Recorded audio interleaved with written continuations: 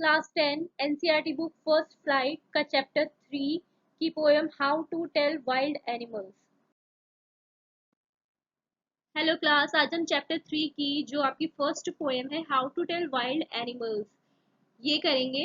जैसे कि आपको पता ही है कि इसमें एनिमल्स के बारे में जो पोइट है हमारी कैरोलिन वेल्स, उन्होंने इसमें हमें वाइल्ड एनिमल्स की पहचान के बारे में बताया है। जैसे कि फर्स्ट स्टैंजा में है कि if ever you should go by chance to jungles in the east, and if there should to you advance a large and tawny beast, if he roars at you as you are dying, you will know it is the Asian lion. अब यहाँ पे जो हमारी point है वो ये कह रही है कि अगर बाय चांस, है ना, संयोग से आप ईस्ट में, कहाँ पर, ईस्ट साइड में किसी जंगल में जाओगे तो आपका सामना किससे होगा? एक बड़े से, एक विशाल और बहुत डरावने भयानक जानवर से होने की पॉसिबिलिटी है। आप देखोगे कि एक बड़ा सा जानवर आप पर जोर जोर से दहाड़ता है और आपको लगेगा कि आप डर के मारे वहीं मर जाओगे, है ना, उसके दहाड़ने से। जिसकी त्वचा का रंग कैसा है? पीला भूरा है। और उसकी दहाड़ सुनकर आपको पता चलेगा कि आपने एक एशियाई शेर का सामना किया है, एक एशियन लायन का आपने सामना किया है। तो यहाँ पे जो हमारी पॉइंट है, उन्होंने एशियन लायन की जो एक्सप्लेनेशन दी है, जो अपनी दहाड़ से किसी भी व्यक्ति को मार सकते हैं, मतलब उसकी एक दहाड़ ही काफी है। Or if sometime when roaming round a noble wild beast greets you with black streaks on a yellow ground, just notice if he eats you. This simple rule may help you learn the Bengal tiger to discern.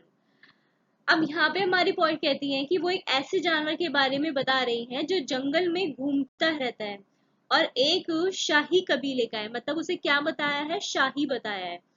पूरी पूरी possibility है कि जंगल में घूमते time कोई जंगली जानवर आपका स्वागत करे, है ना, क्योंकि हमें नहीं पता होता जब हम अगर जंगल में घूम रहे हैं तो कहाँ से कौन सा जानवर आ जाए, ये तो कोई हमें पहले से पता नहीं होता है ना, तो सडनली आ ही जाएगा और पूरी पूरी पॉसिबिलिटी भी है कि वो आ जाए।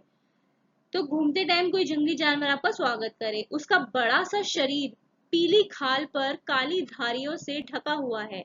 फॉर एग्जाम्पल वो आपको डिस्क्रिप्शन दे रही है कि अगर ऐसा कोई जानवर आता है कि उसकी पीली बड़ा सा शरीर है उसका और पीली खाल पर कैसी है? काली धारियां हैं, है ना। अगर ऐसा कुछ आपको दिखता है तो यहाँ पे पॉइंट हमें बहुत ही ज्यादा मतलब अवेयर करके कहती है, सावधान करते हुए कहती है कि अगर वो जानवर आपको मारता है और खा जाता है तो इसका मतलब है कि आपने श्योरिटी से क्या देखा है? बंगाल टाइगर देखा है। If strolling forth a beast you view, whose hide with spots is peppered, as soon as he has leapt on you, you will know it is the leopard. Twill to do no good to roar with pain, he will only leap and leap again. अब यहाँ पे जो हमारी point है वो बाकी जो और दूसरे जानवर होते हैं, है ना, फॉरेस्ट में, उनके बारे में बताती है। वो कहती हैं कि जो बाकी जानवरों के जो बाकी जानवर है, जैसे फॉर एग्जांपल आप जंगल में घूम रहे हो और वहां पर आपकी मुलाकात एक ऐसे जानवर से होगी जिसकी त्वचा पर धब्बे हैं, मतलब जिसकी स्किन पे धब्बे होते हैं। जब वो जानवर आप पर झपटेगा तो आप समझ जाओगे कि ये तेंदुआ है। तेंदुए को क्या कहते हैं? लेपर्ड, है ना, क्योंकि वो आप पर कूदता रहेगा और आपको फाड़ देगा तभी की तभी, मतलब मार देगा। आगे जो हमारी पॉइंट है वो ये कहती है कि अगर आप दर्द से भी चिल्लाओगे ना तो इसका कोई फायदा ही नहीं है, क्योंकि वो आपके ऊपर बार बार क्या करता रहेगा? उछलता रहेगा। तो इससे आप समझ जाना कि वो लेपर्ड है। If when you are walking round your yard, you meet a creature there who hugs you very very hard, be sure it is a bear. अब यहाँ पे हमारी पॉइंट कहती हैं कि अगर आप अपने घर के आंगन में, अपने घर के यार्ड में घूमते हो और वहां पर एक ऐसे जानवर को देखते हो जो आपको बहुत कस के गले लगा लेता है, तो समझ जाना कि वो कौन है, बियर है यानी भालू है। If you have any doubts, I guess he will give you just one more cares. फिर आगे पॉइंट कहती है कि फिर भी अगर आपको डाउट हो ना उस जानवर को लेके, तो सबसे आसान तरीका ये है कि वो आपको गले लगाता रहेगा और बहुत धीरे धीरे से क्या करेगा, छूता रहेगा। उसकी ये हरकत आपको उसकी पहचान करने में हेल्प करेगी। Though to distinguish beasts of prey, a no voice might nonplus. The crocodile you always may tell from the hyena does. Hyenas come with the merry smiles, but if they weep, they are crocodiles.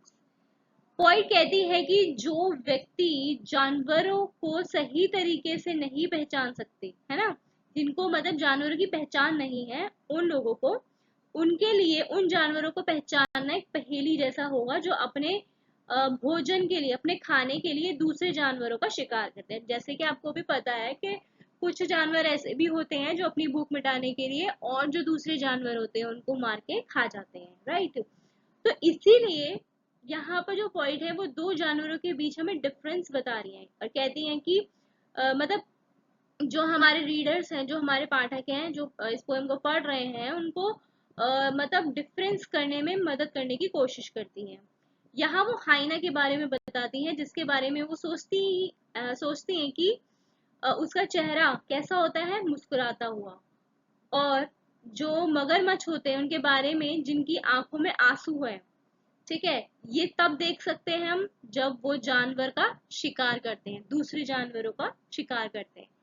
तो हाइना का face यहाँ पे कैसा बताया है point में, smile करता हुआ। और जो क्रोकोडाइल है वो क्या करता है, आंसू बहाता है ना। The true chameleon is small, a lizard sort of thing. He has not any ears at all, and not a single wing. If there is nothing on the tree, this the chameleon you see. Okay, तो यहाँ पे जो हमारी point है and में एक किसके बारे में बता रही है, गिरगिट के बारे में। कैमलिन को कहते हैं गिरगिट। तो यहाँ पे उसको एक्सप्लेनेशन देते हुए उसकी कहती हैं कि, और बताती हैं कि वो एक छोटा सा जीव है जो छिपकली की तरह दिखता है, लेकिन दोनों में क्या है, डिफरेंस है कि गिरगिट के कान और पंख नहीं होते हैं। इसके अलावा वो कहती है कि गिरगिट जिस सरफेस पे बैठता है ना, मतलब कि जिस जगह पे बैठता है, वो जिस सतह पर, वहां पे वो उसके अकॉर्डिंग ही अपना रंग बदल लेता है। इसीलिए अगर आप एक पेड़ देख रहे हो फॉर एग्जाम्पल, और उस पेड़ पर कुछ और दिखाई नहीं दे रहा है आपको, है ना, तो इसका मतलब सीधा सीधा ये है कि उस पर एक गिरगिट बैठा हुआ है, जो पहले से ही उस पेड़ की जो ब्रांच है या शाखा है, उसके रंग, मतलब उसके रंग में रंग गया है, मतलब उसका रंग ले लिया है उसने। Do like, share, and subscribe and keep watching. Thank you.